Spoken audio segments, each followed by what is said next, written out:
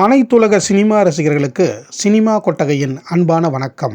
1942ஆம் ஆண்டு வெளிவந்த அனைத்து தமிழ் படங்களையும் வரிசையாக பார்த்து வருவதில் அந்த வரிசையில் நாம் இப்போது அறிந்து கொள்ள இருக்கும் திரைப்படம் கிருஷ்ண பிடாரன் என்ற படமாகும். இந்த திரைப்படத்திற்கு கதை, வசனம், பாடல்களை ஜி. சுந்தர பாகவதர் என்பவர் எழுதியிருக்கிறார். சி.வி. ராமன் என்பவர் இந்த திரைப்படத்தை தனது டி.கே. புரொடக்ஷன்ஸ் சார்பாக தயாரித்திருக்கின்றார்.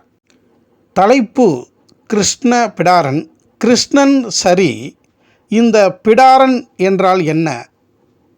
பிடாரன் என்றால் எவருக்கும் அடங்காதவன் என்ற பொருள்.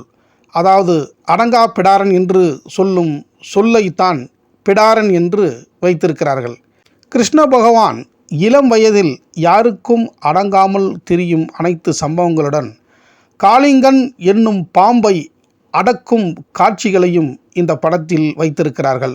அந்த பாம்பை அடக்குவதன் மூலமும் கிருஷ்ண பிடாரன் என்ற பெயரையும் இந்த படத்திற்கு சம்பந்தப்படுத்தி வைத்திருக்கிறார்கள்.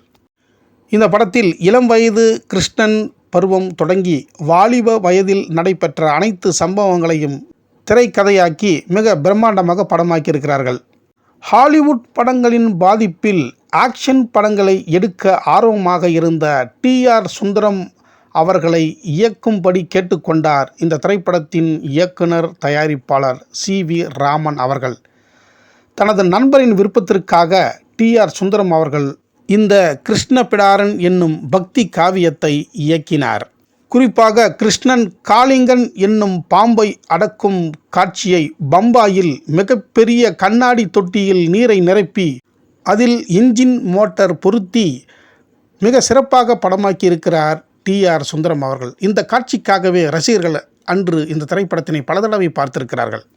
இந்த படத்தில் கொத்தமங்கலம் சீனு அவர்கள் கிருஷ்ணராக நடித்ததுடன் சொந்த குரலில் மிக அற்புதமாக பாடியிருக்கிறார். இவரின் பாடல்கள் அன்று மிகவும் பிரபலமாக பேசப்பட்டது. கதாநாயகியாக மிகச்சிறந்த பாடகி என்று போற்றப்பட்ட மாயவரம் பாப்பா அவர்கள் இதில் பாடலை பாடி நடித்திருக்கிறார். தெய்வீக வேடத்திற்கு மிக கச்சிதமாக பொருந்தும் சி.வி. பந்துலு அவர்கள் முக்கிய வேடத்தில் நடித்திருக்கிறார். இவருக்கு இணையாக பி.எஸ். ஞானம் அவர்கள் அற்புதமான நடிப்பை வழங்கியிருக்கிறார். சங்கீத சக்கரவர்த்தி ஜி. ராமநாதன் அவர்களின் இசையில் இந்த திரைப்படத்தில் உள்ள அனைத்து பாடல்களும் அன்று மிகவும் பிரபலமாக பேசப்பட்டது.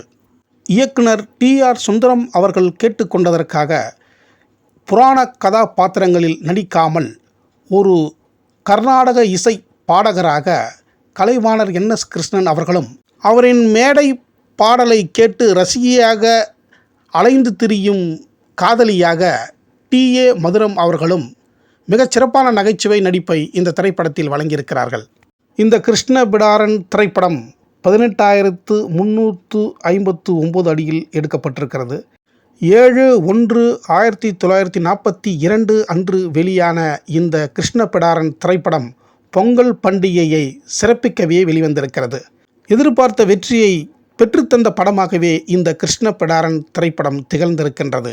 இதுவரை இந்த கிருஷ்ண பிடாரன் திரைப்படத்தினை சினிமா கொட்டகைக்கு வந்து பார்த்த அனைத்து கலைநேச நெஞ்சங்களுக்கும் என் நெஞ்சார்ந்த நன்றியை தெரிவித்துக்கொண்டு, இனி இதே 1942ஆம் ஆண்டு வெளிவந்த மற்ற அனைத்து தமிழ் படங்களையும் அடுத்தடுத்த வீடியோவில் தொடர்ந்து வரிசையாக பார்ப்போம். நீங்களும் பார்த்து உங்களின் ஆதரவையும் கருத்துக்களையும் வழங்குங்கள் என்று கேட்டுக்கொள்கிறேன். நன்றி, வணக்கம்.